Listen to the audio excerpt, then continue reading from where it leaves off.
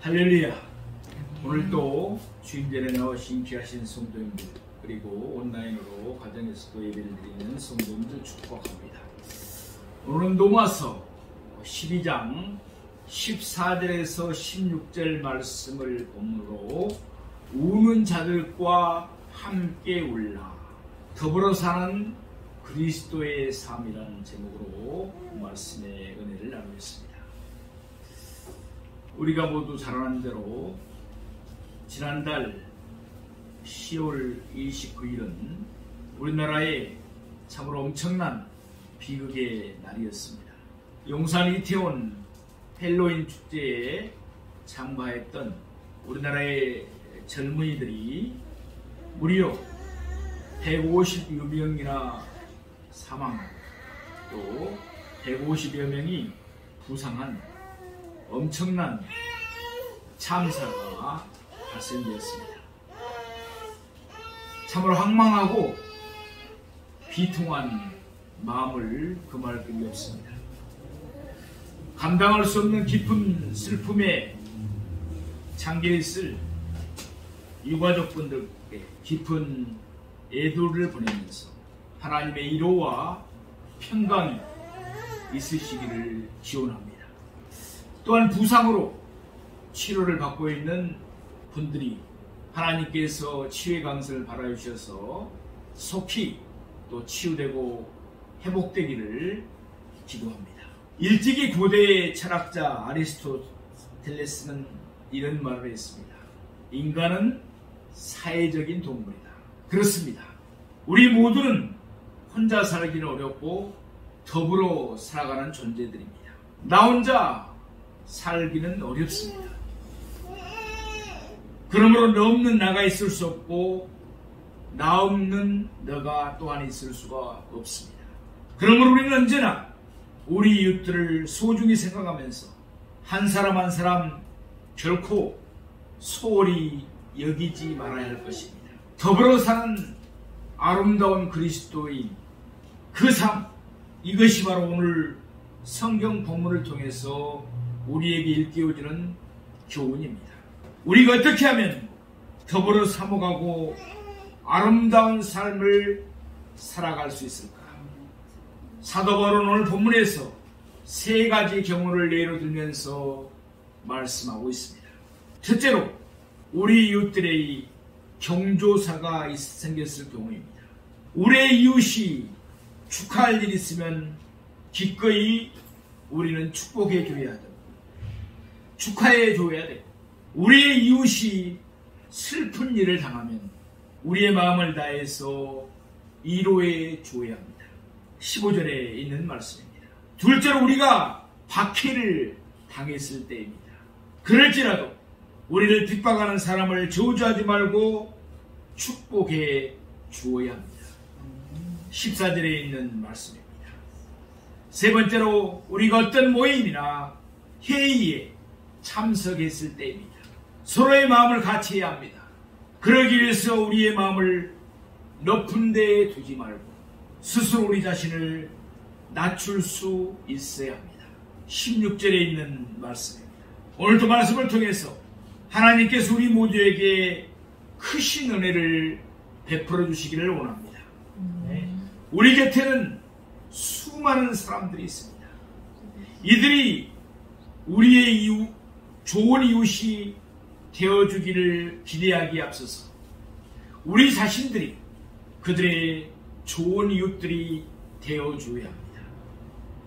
어떤 사람에게라도 선한 사마리아 사람처럼 좋은 이웃이 되는 우리 모두가 되기를 원합니다. 그래야 할 때 우리는 모든 사람과 더불어 화목할 수 있으며 또 하나님 보시기에 아름다운 삶을 살아갈 수가 있습니다. 이 은혜가 우리 모두에게 있기를 축복합니다.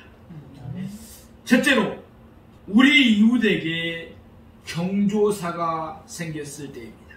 우리 15절 오늘 본문 말씀을 보시겠습니다. 즐거워하는 자들과 함께 즐거워하고 우는 자들과 함께 울라. 때때로 우리는 너무나 이기적일 때가 많습니다.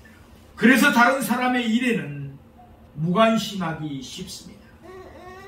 예수님 당시에도 무관심한 사람들을 질책하면서 하나의 비유를 들어서 주님이 말씀하셨습니다. 마태복음 11장 17절 말씀입니다. 이르되 우리가 너희를 향하여 피리를 불어도 너희가 춤추지 않고 우리가 슬피 울어도 너희가 가슴을 치지 아니하였담과 같도다 라고 말씀합니다. 우리 이웃에게 좋은 일이 생겼습니다. 기쁜 마음으로 피리를 붑니다. 그러면 함께 즐겨하면서 춤을 추어주면 얼마나 좋겠습니까? 또 우리 이웃에게 슬픈 일이 생겼습니다. 애곡합니다. 그러면 함께 슬퍼하고 울어주면 얼마나 아름다운 모습이겠습니까? 그런데 그렇게 하지를 못한다는 것입니다. 사도 바울은 오늘 본문에서 즐거워하는 자들과 함께 즐거워하고 우는 자들과 함께 울어주라고 말씀하고 있습니다. 이웃의 일에 무관심하지 말고 관심을 기울이라는 것입니다. 물론 즐거워하는 자들과 함께 즐거워하는 것이 쉽습니까? 그렇지 않습니다. 타락한 인간의 본성 때문입니다. 그래서 우리나라 속담에 사촌이 논을 사면 배가 아프다는 속담이 있습니다. 마음속에 시기심이 생겨나기 때문에 그렇습니다. 성경에도 그런 애들이 많이 있습니다. 왜 가인이 자기의 동생 아벨을 돌로 쳐서 죽였습니까? 왜 요셉의 형들이 자기들의 아우 요셉을 애굽의 종으로 팔아버렸습니까? 왜 사울왕이 자기의 사이요 신하인 다윗을 미워해서 죽이려 했습니까? 블레셋과의 전쟁터에 나가서 그들이 돌아옵니다. 그때 여인들이 노래합니다. 창합니다. 사울이 죽인 자는 천천히요 다윗이 죽인 자는 만만이라. 그때부터 사울은 그의 사이 신하인 다윗을 시기하고 질투합니다. 한마디로 그들은 즐거워하는 자들과 함께 즐거워하지 못했기 때문에 그렇습니다. 마찬가지로 우는 자들과 함께 우는 것도 결코 쉽지가 않습니다. 부패한 인간의 심성 때문에 그렇습니다. 그래서 우리 속담에도 불난 집에 부채질한다는 속담이 있습니다. 이웃이었던 불행한 일을 당하면 우리는 도와줘야 합니다. 그런데 그것을 고소하게 생각하면서 오히려 즐긴다는 것입니다. 어느 교회에 옆에 이웃에 교회가 서로 개척교회가 생겼습니다. 그런데 그 개척교회들이 요즘 만만치 않잖아요. 전도가 쉽지 않은 시대잖아요. 그래서 결국 2, 3년 하다가 문을 닫았습니다. 그런데 어느 권사님이 목사님에게 이런 이야기를 합니다. 옆에 개척교회 생겼더니 이제 문 닫아버렸어요. 잘 됐네요. 이런 생각을 우리 교회의 성도님들은 한 분도 갖고 있지 않겠지만 하나님 기뻐하지 않습니다. 그 교회의 주인도 주님이시고 하나님이십니다. 개척교회들이 다 문을 닫아버리면 실개천이 마르면 강이 말라버립니다. 우리는 이 사실들을 언제나 명심해야 됩니다. 정말 우리는 농어촌 교회들, 개척교회들과 함께 어깨동무를 하면서 서로 기도해주면서 격려하면서 후원해주면서 함께 나아가야 하는 것입니다. 성경 6기에 나오는 욥의 세 친구를 우리는 잘 알고 있습니다. 그들의 친구 욥이 엄청난 공경에 처했습니다. 그런데도 그들은 욥을 위로해주지 못했습니다. 이런저런 말로 욥을 책망하면서 정죄했습니다. 오히려 욥의 마음에 더 큰 상처만 안겨주었습니다. 그들은 우는 자로 함께 울어주지를 못했기 때문입니다. 사랑하시는 성도 여러분, 다른 사람의 잘못을 지적하면서 비판하면 그 사람이 쉽게 변할 것 같습니까? 그렇지가 않습니다. 오히려 정반대의 결과를 초래하기가 쉽습니다. 일할 의욕을 상실시키고 좌절감을 심어주기 때문에 그렇습니다. 신앙인은 내 삶도 충실하게 잘 살아야 합니다. 그런데 그것만으로 다가 아닙니다. 우리의 이웃에 즐거워하는 자가 있으니까 함께 즐거워할 줄 알아야 합니다. 우리 이웃에 우는 자가 있으니까 함께 울어줄 줄 알아야 됩니다. 그러기 위해서는 다른 사람을 내 입장에 맞추려고 하지 말고 내가 다른 사람의 입장을 이해하고 그의 입장에 맞춰 줘야 합니다. 나 위주로 생각하지 말고 다른 사람을 먼저 생각해 줄 줄 아는 너그러운 마음을 갖는 우리가 되기를 원합니다. 신자들은 신자들이나 친척이나 가족이나 이웃이나 친구나 동료에게 축하할 일이 생기면 최선을 다해 함께 즐거워하면서 축하해줘야 합니다. 슬픈 일을 당하면 위로해주고 그 슬픔을 함께 나누어야 합니다. 예를 들면 예수를 안 믿는 가까운 친척이 주일날, 일요일날 자녀 결혼식을 한다고 연락이 왔습니다. 그럴 때 우리 성도님들은 그런 분들이 없겠지만 어떻게 해야 되겠습니까? 주일날이니까 참석 안 해도 돼요. 물론 주일날 우리가 참석할 수는 없습니다. 지혜롭게 하는 방법은 무엇이냐? 시간이 되고 한다면 미리서 금요일이나 토요일날 축하금 준비해가지고 찾아가는 것입니다. 그럴 만한 시간이 안 된다면 축의금을 보내고 전화를 하는 것입니다. 그러면 그들은 그렇게 생각합니다. 하나님을 믿어도 예수를 믿는 사람들, 그가 일요일날 하니까 모른 척 할 줄 알았더니 그렇지 않구나. 역시 하나님을 믿는 사람들, 예수를 믿는 사람들은 뭔가 틀려도 틀려. 이렇게 되는 것입니다. 세월호의 사고로 인해서 수많은 사람들의 마음속에 슬픔이 남아있는 가운데 또다시 일어나지 말아야 할 이태원 참사로 모든 국민들이 충격에 쌓여 있습니다. 슬픔에 쌓여 있습니다. 주님께 이 나라의 민족을 불쌍히 여겨주옵소서. 이태원 참사를 통해 다시 한번 안전불감증으로 인해 고통을 받으며 살아가야 하는 사람들의 마음을 긍휼히 여겨주옵소서. 우리는 주님께 더욱 기도해야 될 때입니다.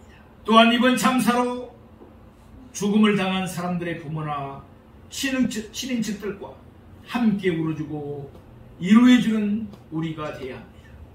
이제 그 어려움을 당한 사람들은 트라우마로 인해서 또 정신적인 많은 우울증이나 여러가지 병마에 시달릴 확률이 많습니다. 우리 교회는 특별히 상한 마음을 치유하는 교회입니다. 그들의 상한 마음을 위로해주고 안아주고 함께 울어주고 또 치유해주는 우리가 되기를 원합니다. 두 번째로 우리가 박해를 당했을 경우를 생각해 봅시다. 우리 오늘 본문 14절 말씀입니다.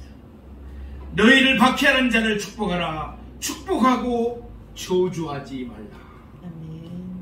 우리가 살다가 보면 우리에게 우호적인 사람만 있는 것이 아닙니다. 때로는 우리에게 적대적인 사람도 있을 수가 있습니다. 이런저런 모양으로 우리를 핍박하는 사람이 있을 수 있다는 것입니다. 그럴 경우에 우리가 어떤 자세를 취해야 할까요? 물론 타락한 인간의 본성은 그런 사람을 저주하고 싶은 것이 사실입니다. 예수님께서는 12명의 제자들을 전도하러 내려놓으면서 이렇게 말씀하셨습니다. 어느 집에 가든지 무조건 그 집에 평안을 빌라고 당부하셨습니다. 그리고 어느 도시나 마을에 가서 전도를 하든지 너희를 기꺼이 영접하는 사람을 찾아 너희가 떠날 때까지 그 집에 머물면서 그 집이 평안하기를 빌어주라고 했습니다. 만일 그 집이 그 축복을 받기 합당하면 너희가 빈 평안이 그 집에 임할 것이나 그렇지 못하면 그 평안이 너희에게 돌아올 것이라고 말씀하셨습니다. 사단은 저주의 영이나 하나님은 축복의 하나님이십니다. 그러므로 하나님의 자녀인 우리들도 마땅히 축복의 사람이 되어야 됩니다. 언제 어디서나 누구에게든지 축복하며 사는 우리가 되기를 소망합니다. 그러나 악한 사람은 그렇지 않습니다. 저주하기를 좋아하고 험담하기 좋아하고 남이 잘 되는 꼴을 보지 못합니다. 성경을 보면 믿음의 조상들은 항상 축복하며 살았으며 축복을 비는 대로 이루어지는 것을 보며 살았습니다. 특히 자손들에게 축복을 많이 빌어주었습니다.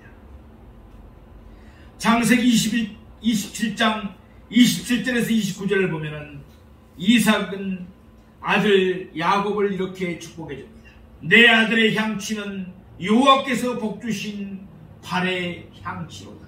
하나님은 하늘의 이슬과 땅의 기름짐이며 풍성한 곡식과 포도주를 내게 주시기를 원하노라.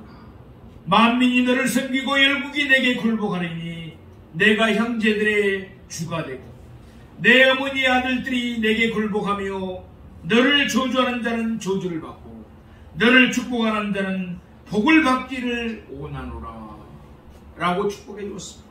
그런데 신기하게도 야곱은 이삭이 축복한 그대로 축복을 넘치게 받았습니다. 창세기 49장을 보면은 야곱이 이 세상을 떠나기 전에 12명의 아들들을 불러다가 하나하나 구체적으로 축복을 빌어주고 있습니다. 더욱이 놀라운 것은 야곱이 그 아들들에게 빌은 축복이 그대로 이루어진 것을 볼 수가 있습니다. 우리 모두 자녀들이 잘 되기를 바라고 성공하기를 축복받기를 원한다면 자녀를 키울 때 자녀들을 향한 최대한의 소원을 가지고 늘 축복하면서 양육하는 우리가 되기를 원합니다. 이것이 자녀들이 잘 되는 비결입니다. 특히 아론과 그의 아들들은 제사장으로서 백성들에게 축복하라는 명령을 받았습니다. 민수기 6장 23절에서 26절을 보면 아론과 그 아들들에게 고하여 이르기를 너희는 이스라엘 자손을 위하여 이렇게 축복하여 이르되 여호와는 내게 복을 주시고 너를 지키시기를 원하며 여호와는 그 얼굴로 내게 비추사 은혜 베푸시기를 원하며 여호와는 그 얼굴을 내게로 향하여 드사 평강 주시기를 원하노라 할지니라 하라 라고 했습니다. 사랑하시는 여러분, 우리는 안같은 제사장들입니다. 하나님의 종들이 이렇게 백성들에게 하나님의 이름으로 축복을 하면 하나님이 그대로 복을 주시겠다고 약속하셨습니다. 사무엘하 16장을 보면 다윗과 같이 위대한 믿음의 사람을 저주한 시므이라는 사람이 나옵니다. 다윗이 그의 아들 압살론의 반란으로 인해서 급히 왕궁을 빠져나가 도망할 때 시므이는 계속해서 따라오며 다윗과 그의 추종자들을 향해 돌을 던지며 저주했습니다. 이때 보다 못한 신하들이 당장 저자의 머리를 폐기해달라고 요청합니다. 그러나 다윗은 말합니다. 내 몸에서 난 아들도 내 생명을 헤아려 하거든 하물며 이 베냐민 사람이라. 여호와께서 저에게 명하신 것이니 저로 저주하게 버려두라. 혹시 여호와께서 나의 온통함을 감찰하시리니 오늘날 그 저주 까닭에 선으로 내게 갚아주시리라 라고 말합니다. 그런데 후에 그 저주가 시므이에게 그대로 임한 것을 우리는 볼 수 있습니다. 창세기 12장 3절을 보면 하나님께서 아브라함에게 말씀합니다. 너를 축복하는 자에게 내가 복을 내리고 너를 저주하는 자에게 내가 저주하리니 라고 말합니다. 예수 믿는 사람을 괴롭히고 못되게 한 사람치고 저주받지 않은 사람이 없습니다. 얼마든지 구체적인 증거들이 있습니다. 유대인을 괴롭히고 그들을 600만 명 이상 죽인 히틀러와 기독교를 박해하고 무신론을 주장한 소련은 망하고 말았습니다. 그러나 유대인은 한대하고 도와주고 기독교인들의 천국과 같은 신앙생활을 할 수 있도록 하라간 미국은 하나님이 주시는 풍성한 복을 누리며 살아가고 있습니다. 잠언 26장 2절 말씀에 보면 까닭 없는 저주는 참새가 떠드는 것과 제비가 날아가는 것 같이 이루어지지 아니하느니라 라고 말씀합니다. 개인 이유도 없이 나를 저주하는 저주는 조금도 걱정할 필요가 없습니다. 오히려 불쌍히 여기고 그를 위해 기도해주는 우리가 되기를 원합니다. 남을 저주하는 사람들은 그 사람의 마음만 지우게 되는 것이 아니라 육신의 건강도 좋지 못하는 경우가 많습니다. 어떤 사람은 저주하다가 그 자리에서 중병에 걸려 쓰러지는 경우도 있습니다. 사랑하시는 성도 여러분, 우리가 할 수 있는 것은 축복하는 일밖에는 없습니다. 설령 그가 나를 미워하든지 내게 악독한 말을 입사하는 사람이라 할지라도 축복해야 합니다. 결국은 그 축복이 내게로 올 것이기 때문입니다.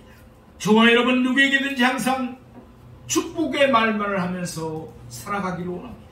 이것이 축복받는 비결입니다. 분명히 하나님이 축복하심으로 100배 만배 복을 누리며 살아가게 될 줄로 믿습니다.